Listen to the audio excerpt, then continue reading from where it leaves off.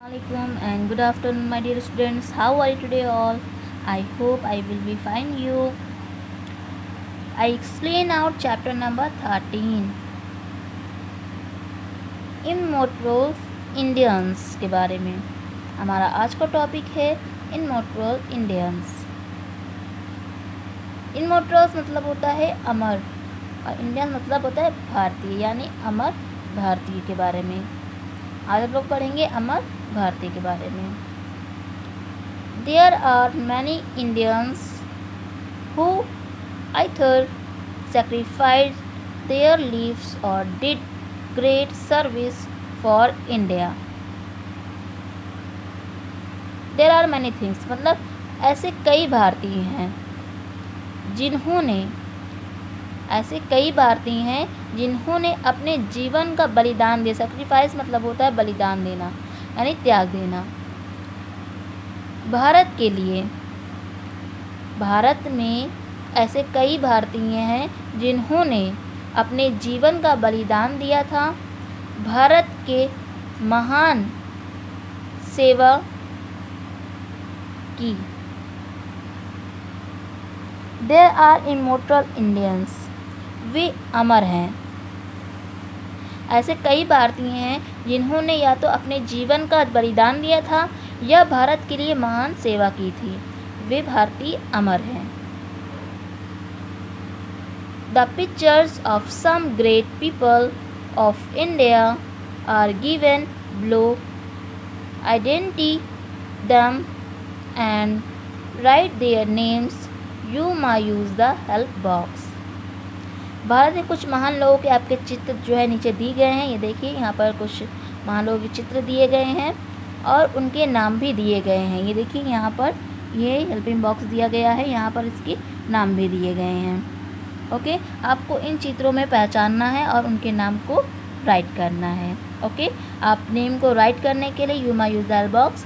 आप नेम को राइट करने के लिए हेल्पिंग बॉक्स की मदद ले सकते हैं. देखिए ये आपका हेल्पिंग बॉक्स है. ओके, आप इसकी मदद से आप इस नेम को राइट कर सकते हैं. ओके, आइए इस क्लास स्टार्ट करते हैं. पहला है he was a great emperor of India.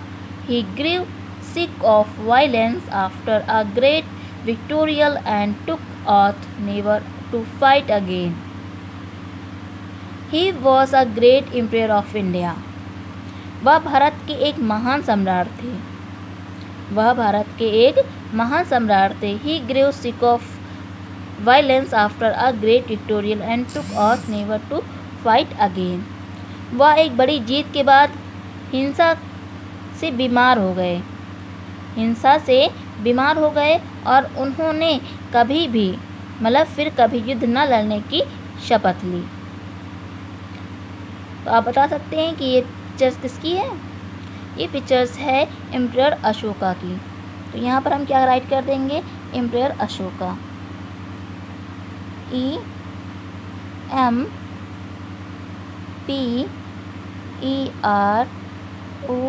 Emperor Ashoka. ASHOKA Ashoka. Okay, मैंने इसे राइट कर दिया, आपको भी इसी तरह से राइट करना है. Okay, he was a great freedom fighter of India. He is known as the father of the nation. He was a great freedom fighter of India. वह भारत के स्वतंत्र वो भारत के एक महान स्वतंत्र सेनानी थे. वो भारत के एक महान, ग्रेट मतलब होता है महान. वह भारत के एक महान स्वतंत्र सेनानी थे. Father of the nation. He was known as the father of the nation वह राष्ट्रपिता के नाम से, यानी वह राष्ट्रपिता के रूप में जाने जाते हैं. वह भारत के एक महान सेनानी थे और वह भारत के राष्ट्रपिता के रूप में जाने जाते हैं. आप इन पिक्चर्स देख रहे हैं, आप इस पिक्चर को पहचानते हैं. ये पिक्चर्स किसकी है, ये पिक्चर्स है गांधी जी की, है ना. तो हम यहाँ पर क्या राइट कर देंगे, महात्मा गांधी.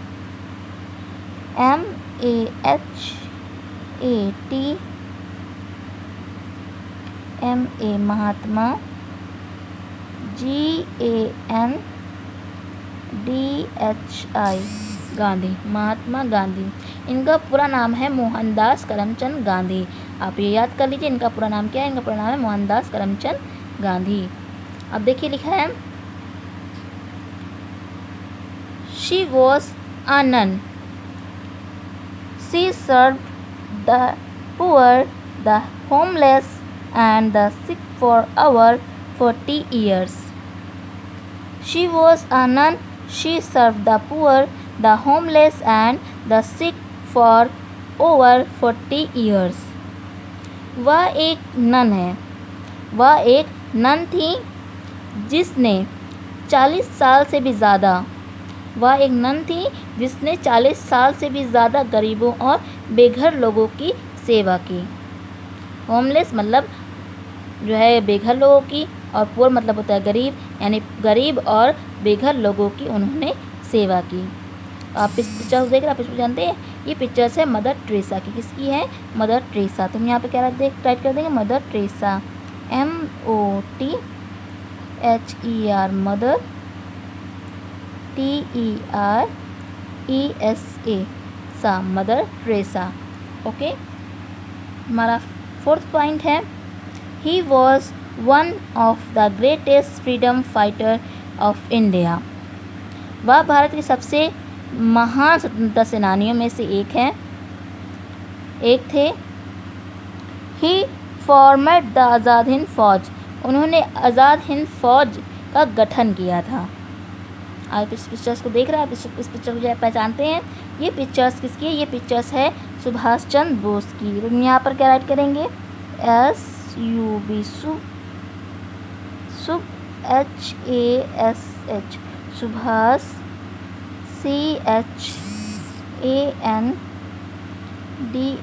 चंद्र, BOSE, बोस, सुभाष चंद्र बोस। ओके, आपको इसमें स्पेलिंग ना समझना है तो आप नीचे हेल्पिंग बॉक्स की हेल्प ले सकते हैं। ओके, आप इस पर देख के इसमें राइट कर सकते हैं।